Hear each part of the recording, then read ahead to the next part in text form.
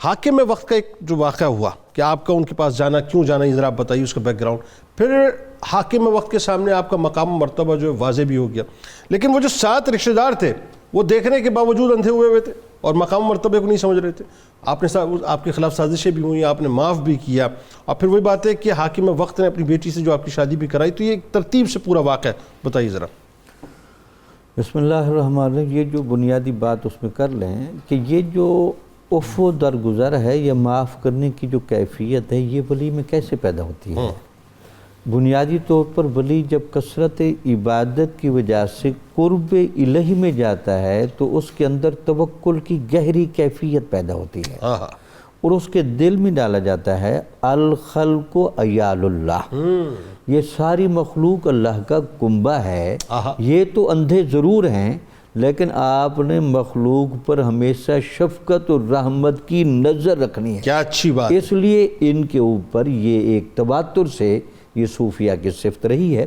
واقعہ یہ ہوا کہ اسی زمانے کے دستور کے مطابق زمینیں چونکہ کافی تھیں تو ان زمینوں کا کوئی ٹیکسٹ یا اس زمانے میں جو بھی تھا وہ دینا پڑتا تھا. بالکل ٹھیک. تو آپ کے رشتہ داروں نے کہا جی ہم تو چونکہ صدقہ اور خیرات نہیں کرتے، آپ تو صدقہ اور خیرات کرتے ہیں، آپ سے تو کوئی نہیں مانگنے آتا، لیکن وہ بادشاہ نے ہمیں بلایا ہے، آپ ہمارے ساتھ بطور سفارشی کے جائیں تاکہ ہمیں وہاں جرمانے سے بھی رہائی ملے، اور اس کے علاوہ ہمارے بارے میں ذرا ان کو اطمینان بھی آپ دلوائیں.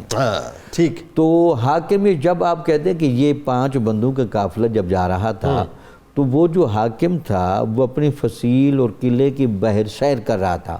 اس نے جب ان حدود میں ان 5 بندوں کو دیکھا تو وہ بادشاہ اس زمانے میں بھی بڑے ڈرتے تھے، شاید ہر زمانے میں ڈرتے ہیں کہ کوئی تبدیلی واقع نہ ہو جائے. تو اس جو کرسی والا ہوتا ہے ہمیشہ ڈرتا ہے، ہمیشہ ڈرتا ہے. تو اس نے بندوں کو بھگایا بھی یہ پتہ کرے کون بندہ ہے. تو لوگوں نے کہا کہ جی بڑے اچھے لوگ آ رہے ہیں، اور ان میں ایک ایسا بندہ بھی آ رہا ہے وہ جب چلتا ہے تو اس کے سر کے اوپر بادل بھی چلتا ہے. تو وہ کوئی گہرا بندہ ہے، تو ان میں دیدہ زیب ہے. تو اس بادشاہ نے کہیں سے سنا ہوا تھا یار یہ جو نیک لوگ ہوتے ہیں ان نیک لوگوں کا کوئی دست غیب میں ہاتھ ہوتا ہے، اور رزق اور یہ چیزیں تو ان کے ساتھ ویسے ہی چلتی ہیں، اس لیے سخی یہ بڑے ہوتے ہیں. اب چیک کیا جائے تو اس کو چیک کریں. تو اس نے اپنے 2 برتن دے کر، ایک پانی کا برتن اور ایک کھانے کا برتن، ایک غلام کو دیا اور ان کو کہا کہ ان کو جا کر یہ تاثر ہم کھانا کھلانے آئے ہیں، اور وہ برتن خالی تھے. جب یہ وہاں پہنچا تو اس کی حیرانگی کی حد نہ رہی، کھانے والا برتن کھانے کی چیزوں سے فل تھا اور وہ پانی والا برتن پانی اور دودھ سے فل تھا. وہ دیکھ کر حیران رہ گئے، اور اس نے آ کر خبر دی جناب واقعی وہ ولی اللہ ہیں اور اللہ کے نیک بندے ہیں. تو بادشاہ نے پھر ان کے ساتھ ملاقات کی. اس ملاقات میں وہ جو آپ کے رشتہ دار ہیں اور خالہ زاد اور وہ قریبی رشتہ دار جو لوگ ہیں، بہرحال انہوں نے وہاں بھی ڈنگ مارنے سے باز نہ آئے. یعنی وہ دشمن تھے، ایکسپوزڈ دشمن تھے، لیکن باوجود اس کے سب دیکھتے ہوئے بھی آپ سفارش کے لیے ان کی آئے، سفارش کے لیے لے کے آئے، اور وہاں بھی آپ کو کارنر کر رہے ہیں اور ذلیل کرانا چاہتے ہیں. اپنی نقدی دے کر کہنے لگے جی ہماری زمین کا تو جو بنتا ہے وہ یہ ہے، باقی ان کا جو بنتا ہے یہ تو آپ کو دیتے ہی نہیں ہیں. تو آپ کا یہ رویہ دیکھ کر بادشاہ غصے ہوا. اس نے کہا کہ وہ کتنے شریف زادے ہیں، ان کا چہرہ مورا اور شخصیت کی جاذبیت تو دیکھیں. آپ ان کے بارے میں کہہ رہے کہ وہ نہیں دیتے، اور ان کی سخاوت کی در بڑی شہرت ہے کہ جب بھی ان کے در پر کوئی گیا تو وہ لاکھوں لے کر آیا. تو پھر آپ نے ان کو اپنے قریب کیا حضرت سخی سرور رحمۃ اللہ علیہ کو، اور یہاں تک طے کیا کہ میں اپنی صاحبزادی آپ کے عقد میں دینا چاہتا ہوں. ٹھیک ہے. تو وہ ادھر بات یہ طے ہو گئی، اور ادھر آپ کے وہ جو رشتہ دار ان پر بادشاہ اتنا ناراض ہوا، ان سب کو جیل میں بھیج دیا، اور آپ کو اعزاز و اکرام، گھوڑا سواری نقدی دے کر روانہ کرنے لگا. تو آپ جب تھوڑا سا آگے گئے تو پھر موڑ کر پیچھے آ گئے. ان کا بادشاہ سلامت. انسان 2 قسم کے ہوتے ہیں. ایک انسان تو وہ ہے جو اللہ تعالیٰ کی صفت رحیمیت کی چھتری میں رہتے ہیں، کیا کہنے، ہمارا تو شمار ہے ان لوگوں میں. اور کچھ انسان وہ بھی ہے جو اللہ تعالیٰ کے ظلم انتقام کی چھتری میں بیٹھے ہیں، وہ تو ہر وقت ہی ڈستے رہتے ہیں. چلو آپ مجھے دیکھتے ہوئے ان کو معاف بھی کریں. تو پھر جب ان کو آپ کے کہنے پر چھوڑ دیا گیا تو آپ کی سخاوت وہاں اتنا جوش مار رہی ہے آپ نے کہا باقی جیل میں بھی جتنے پڑے ہیں ان سب کو کہ اللہ کی بارگاہ میں توبہ یہ ہے سخاوت والی بات جو آپ فرما رہے تھے، آپ معاف کریں. تو یہ جو سخاوت ہے یہ صرف مال کی نہیں ہوتی، سخاوت رویے کی بھی ہوتی ہے، بیہیویئر کی ہوتی ہے. حتیٰ کہ حضور نبی اکرم صلی اللہ علیہ وسلم نے یہ فرمایا، یہ حدیث کا ذرا حسن تو کیا ہے، حضور نبی اکرم صلی اللہ علیہ وسلم نے فرمایا کہ میرے اسلام کا حسن 2 چیزوں میں ہے. وہ کیا؟ لوگوں کو کھانا کھلانا، سبحان اللہ، اور ہر بندے کو السلام علیکم کہنا. کیا کہنے، کیا چاہے جانتے ہو چاہے نہیں جانتے، چاہے نہیں جانتے. تو یہ دیکھیں نہیں جانتے ان کو، لیکن اس کے باوجود بھی وہاں درمیان میں آ گئے اور بادشاہ کو آپ نے منوایا، سب کو رہائی بھی دلوائی اور سب کو سچے دل کے ساتھ توبہ بھی کروائی. اللہ اکبر. یہ بنیادی طور پر صوفی کرنے چاہتا ہے. صوفی انسان کی فطرت سلیمہ کو، اس کے ضمیر کو، اس کے روح کو، جس کی وجہ سے یہ اشرف المخلوقات ہے، اس کو یہ جھنجھوڑنے آتا ہے اور اس کو سمجھاتا ہے کہ یہاں جہالت کی، غفلت کی اور گناہ اور کفر کی زندگی کی اجازت نہیں. ہم دارالازمائش میں آئے ہوئے ہیں، ہم یہاں پرچہ دینے آئے ہیں، ہمیں خیر و شر کی چیزوں کا آگے حساب دینا ہے. کیا کہنا؟ آپ اپنے آپ کو ایمان کی طرف. ڈاکٹر صاحب آخر میں آپ کے پاس، اور فائنلی اب ذرا آپ نے بتانا ہے، آج بھی جیسا کہ ہم بات کر رہے تھے کہ آپ کے مزار پر انوار پہ غیر مسلموں کا جو ہے بہت آنا ہوتا ہے. اچھا آپ نے ہی بتانا ہے ہمیں خاص طور پہ کہ حضرت سرور سلطان رحمۃ اللہ علیہ کی اپنے اب جو اس کے بعد ایک فیز آتا ہے کہ اپنے آبائی علاقے شاہ کوٹ واپسی ہوتی ہے، اور خاص طور پہ آپ رحمۃ اللہ علیہ کی جو دشمنی کا معاملہ آپ کے رشتہ داروں کا تھا وہ اپنے عروج پہ نظر آتا ہے. پھر ایک وقت ایسا آتا ہے کہ آپ کی شہادت ہوتی ہے، آپ کے گھر والوں کی شہادت ہوتی ہے. آپ نے سارا منظرنامہ ذرا ہمیں بتانا ہے، اور خاص طور پہ آخر میں جو آپ کے قیمتی ارشادات ہیں بتائیے ذرا. بسم اللہ الرحمن الرحیم.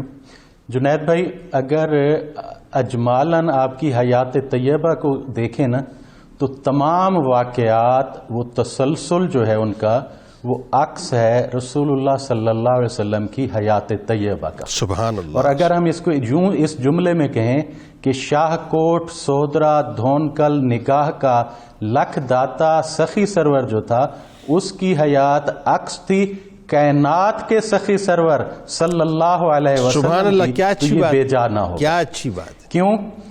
اگر آپ یہ دیکھیں، رشتہ داروں کا ظلم دیکھیں تو قریش کا ظلم یاد آتا ہے. بالکل. شاہ کوٹ سے ہجرت کو دیکھیں تو مکہ مکرمہ سے حضور کی ہجرت یاد آتی ہے. قدرت کے باوجود رشتہ داروں کو معاف کرتے ہیں تو ہمیں فتح مکہ یاد آتا ہے. گھنو خاں کے پاس جب آپ جا رہے ہوتے ہیں، بادل جو ہیں وہ سایہ کیے ہوئے ہوتے ہیں، تو اس وقت میسرہ جو حضرت خدیجہ کا غلام تھا، اس کا بادل کو دیکھنا یاد آتا ہے اور پیغام نکاح دیتے ہیں. اور چشمہ کو عصا سے جاری کرتے ہیں تو مدینہ منورہ کے وہ جو چشمے ہیں شفا والے وہ یاد آتے ہیں. سوکھی لکڑی گاڑتے ہیں تو وہ سرسبز درخت بن جاتا ہے. گایوں پہ ہاتھ پھیرتے ہیں، دودھ آتا ہے تو معبد کی بکریاں یاد آتی ہیں. اور سخاوت تو انفق یا بلال ہو کہ اے بلال خرچ کرو، اور ذی عرش اکلالا، اس سے ڈرو نہیں عرش والے سے کہ وہ کم کرے گا.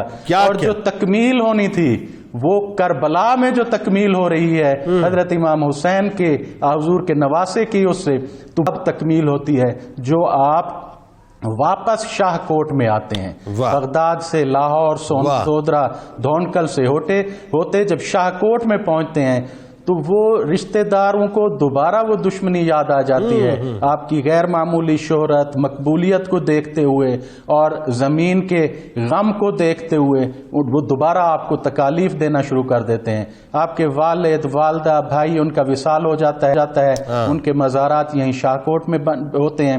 پھر آپ یہاں سے ہجرت کر جاتے ہیں.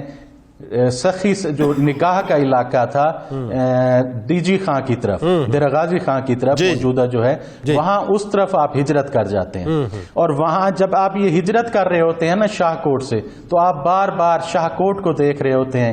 تو وہ کلمہ مبارک جنید بھائی ہمیں یاد آتے ہیں کہ جب حضور مکہ مکرمہ کو دیکھتے تھے نا تو آپ فرماتے تھے اگر یہاں کے رہنے والے نہ نکلتے ما خرج تو من کے، تو اے مکہ میں تم سے یہاں نکلتا نہیں، تم سے تو مجھے بہت محبت ہے. آپ کو بھی شاہ کوٹ سے ایسی محبت تھی.